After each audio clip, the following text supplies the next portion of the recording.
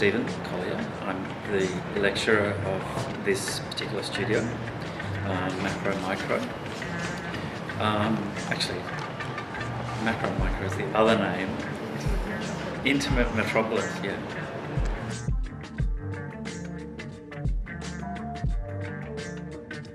It's a bit difficult to actually explain to someone. I think it's looking at changing a typical top-down approach. How you can design at the intimate level of your immediate surrounds. How the city and the home kind of talk to each other, I guess, and finding that point of change between the macro and the micro. The main, crux of the studio is that you're working at a scale of 1 to 5,000 and a 1 to 50. Yeah, well, this studio is about finding a tool to navigate from the macro scale to the micro scale and to understand or to investigate if the city could be designed the other way around, not just starting from the macro. I mean, this whole studio, I've been running this studio for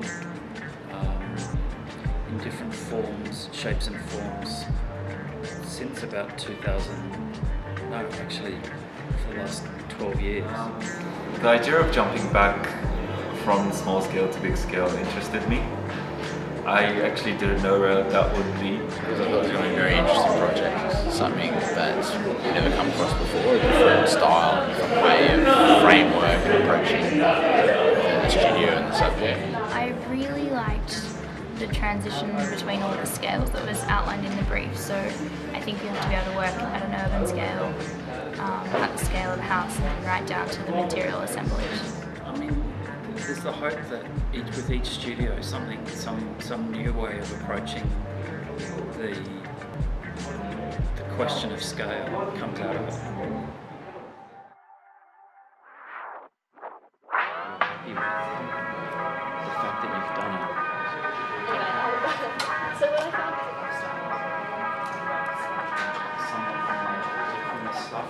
I'm very confused at the moment, to be honest. I'm very lost in information. it's definitely challenging our traditional ways of working in the architecture studio. I think that's a good thing, but also makes it difficult to find our way sometimes. There's lots of research. I think getting it down to one clear idea has been tough. We have to manage like the urban scale, but also the human scale, the body, the micro. So personally, just trying to grapple with it and come to terms in my head, and each week come in different ideas, different things. Not only ideas, different approaches. I think it's more about the approach at the stage, how we approach it, and different ways of approaching it. Sort of pop in and pop out, and then I go home thinking, oh, this is the way I need to approach it this week. Everyone seems to be sort of getting into it. Everyone seems to be thinking about the studio in interesting ways and engaging with it at that level. It's yet to be seen what is going to come out of that. So we're just talking about ideas. On one hand, you have to find something that links the macro and the micro, and on the other hand, you have to find something that interests you, to be motivated to go through the 15 weeks that we go through. I think it has the potential to be a very interesting project, and I think we will all get there. It's just a matter of time and a lengthy process, I think. It's still fairly open, and that's okay. That's a good thing.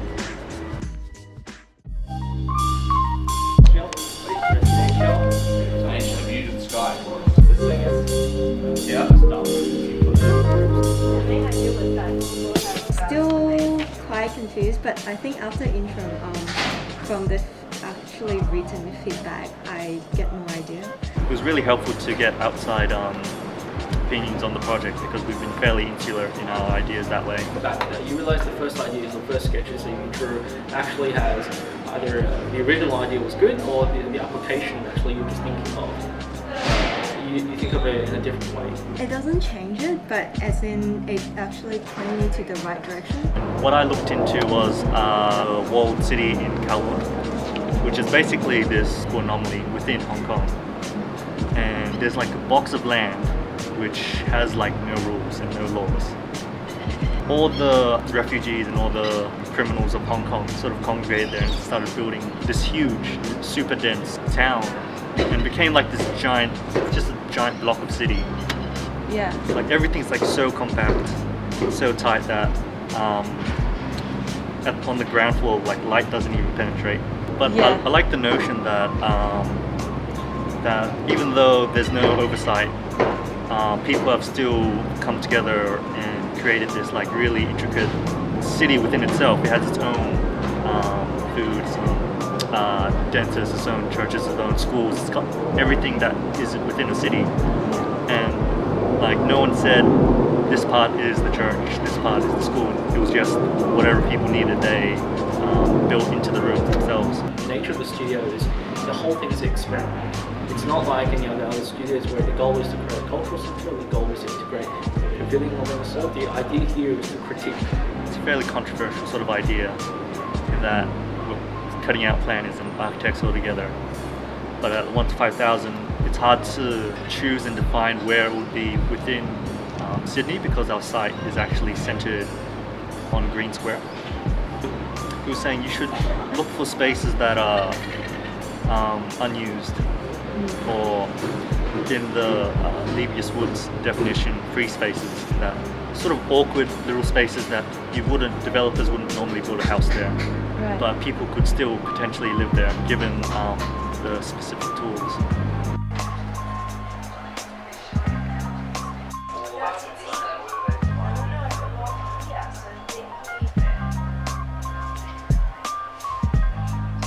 At a 1 to 50 scale, taking a look at what are the, I guess, basic spatial needs.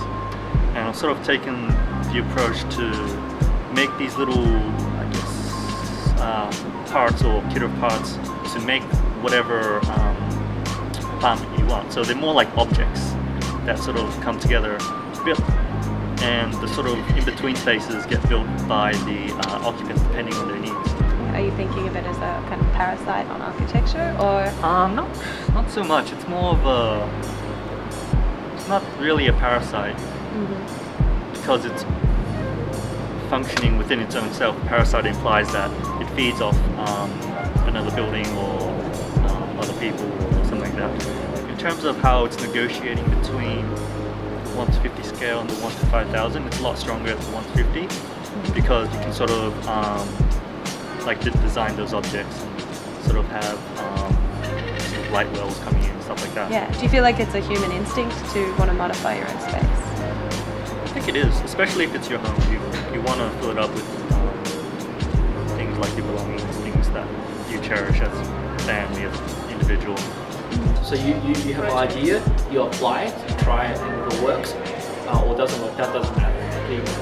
The outcomes of whether something is successful or not is totally irrelevant because that brings about further ideas or further critiques. And if it doesn't work, then it becomes a critique on the existing system and why it doesn't work. And you can explain forward. Last question. Stressed? Yes. Every day. Very, very, very stressed. I was gonna tear my face out.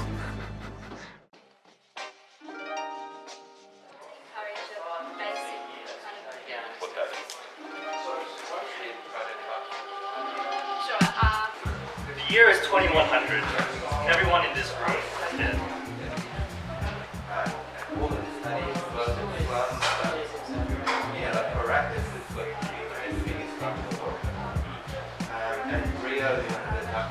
And I'd like to end with a quote on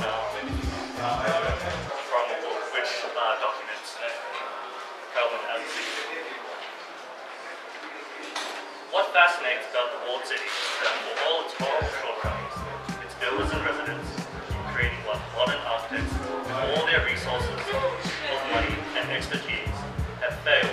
The city has an organic megastructure, not set rigidly for a lifetime, but continually responsive to the changing requirements of its users. apply to